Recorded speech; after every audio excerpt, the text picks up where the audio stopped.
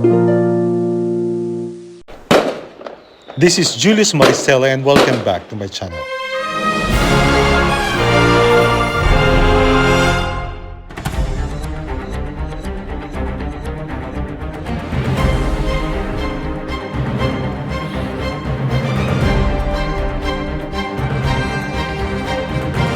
Welcome to the Turtle Door. Good evening, London. Good evening, Tower Bridge.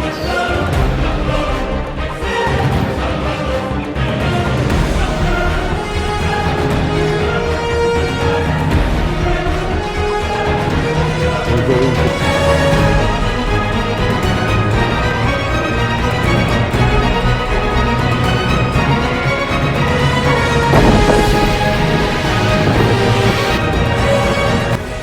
Cheers!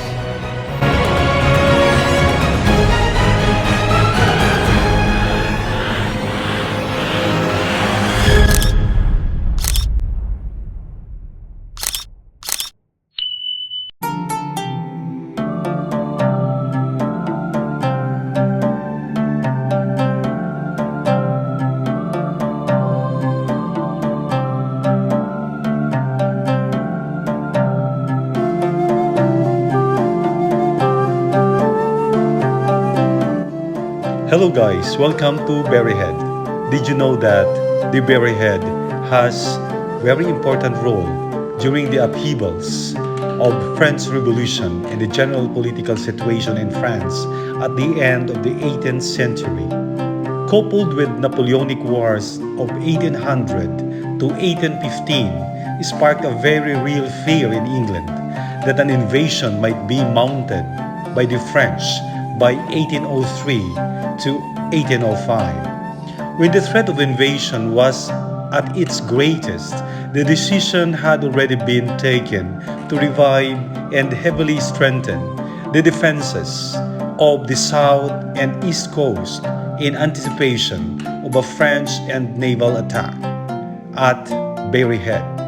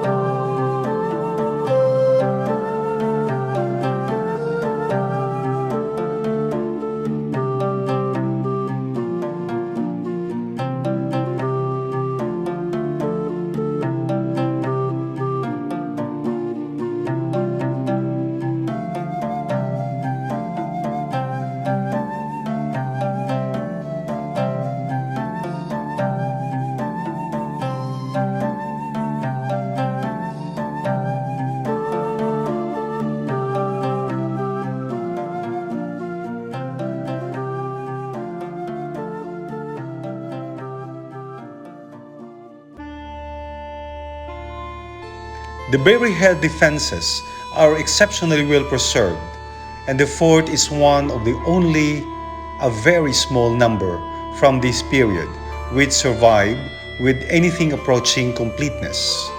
The monument is well understood and will provide information relating to the strategic military thinking at a time when the threat to English naval power and the country as a whole was considered great.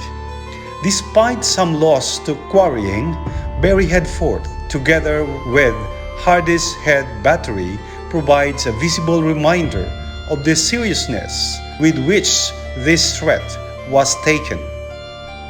The fort is particularly well documented, with plans and accounts of its construction and armament being held at the Public Record Office, and a major study having been published on its fortifications. This information complements the standing remains and enhances the research value of the monument. Berryhead figured again in the 20th century defense of Britain, with the erection of a Royal Observer Corps post within the monument during World War II, and the construction of an underground Cold War monitoring post in 1959 to 1960.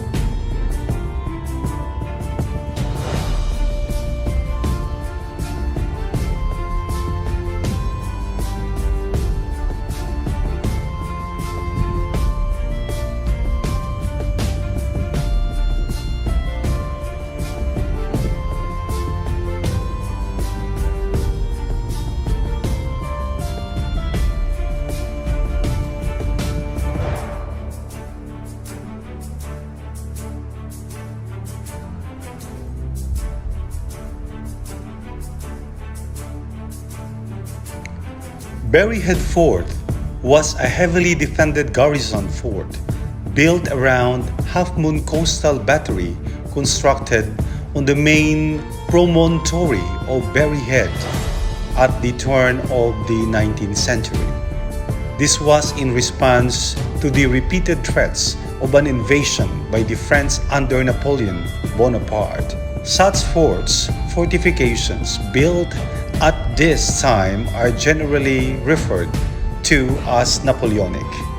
Much of the defenses of Berryhead Fort, its Half Moon Coastal Battery site, and some of its interior buildings have survived later quarrying of the headland for limestones. The ramparts, revetments, and walls of Berryhead Fort are listed Grade 2, while some of the other fort buildings in the interior are listed Grade 2. Hardy's Head Battery is a former coastal battery of 1780, lying to the northwest of Berryhead Fort. It was dismantled around 1783 but was later reactivated as a part of the response to the Napoleonic invasion threat. Its gun platforms and parapet walls survive. Contemporary plans and documents of the late 18th century show that, initially, 3 garrison forts numbered 1 to 3, designed by Lieutenant Colonel Alexander Mercer, were planned for construction on Berryhead. Ultimately, only 2 were constructed, this being the northern fort and the main headland, the fort number 3, now known as the Berryhead Fort, which incorporated the promontory coastal battery, and the southern fort, the fourth one, more properly a defensive redoubt, which lies around 450 meters farther to the south. A single western entrance to the fort was approached by a drawbridge, but this has been replaced by a much later earthen causeway. Additionally, the slopes of the headland enclosed behind the wall and moat were provided with musketry walls, which enclosed a long area of the flattest and highest ground, about 140 meters wide and about 450 meters long. From the entrance to the tip of the headland, where the coastal battery was located, this area amounted to about 6.3 HA. The northern musketry wall has most likely been lost to quarrying, but the western section of the southern wall survives. The fort was intended to be heavily garrisoned, and at least 8 barracks and 2 parallel rows of 4 were planned for the interior, although it is unclear whether all were built. The area intended for the northern barracks has been quarried away, but the foundations of some of the southern barracks together with their cisterns and drainage works are partly visible. Other buildings of the same period within the interior of the fort survive in various states of completeness.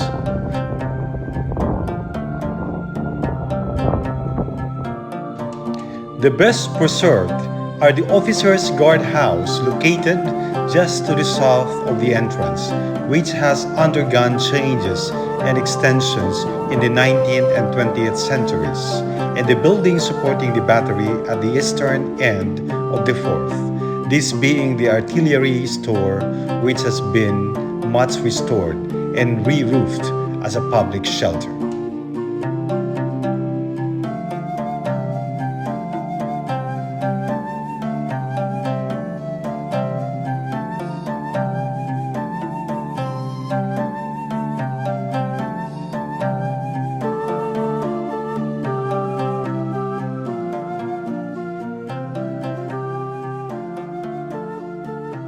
Thanks for watching, and please don't forget to like, comment, and subscribe for more videos.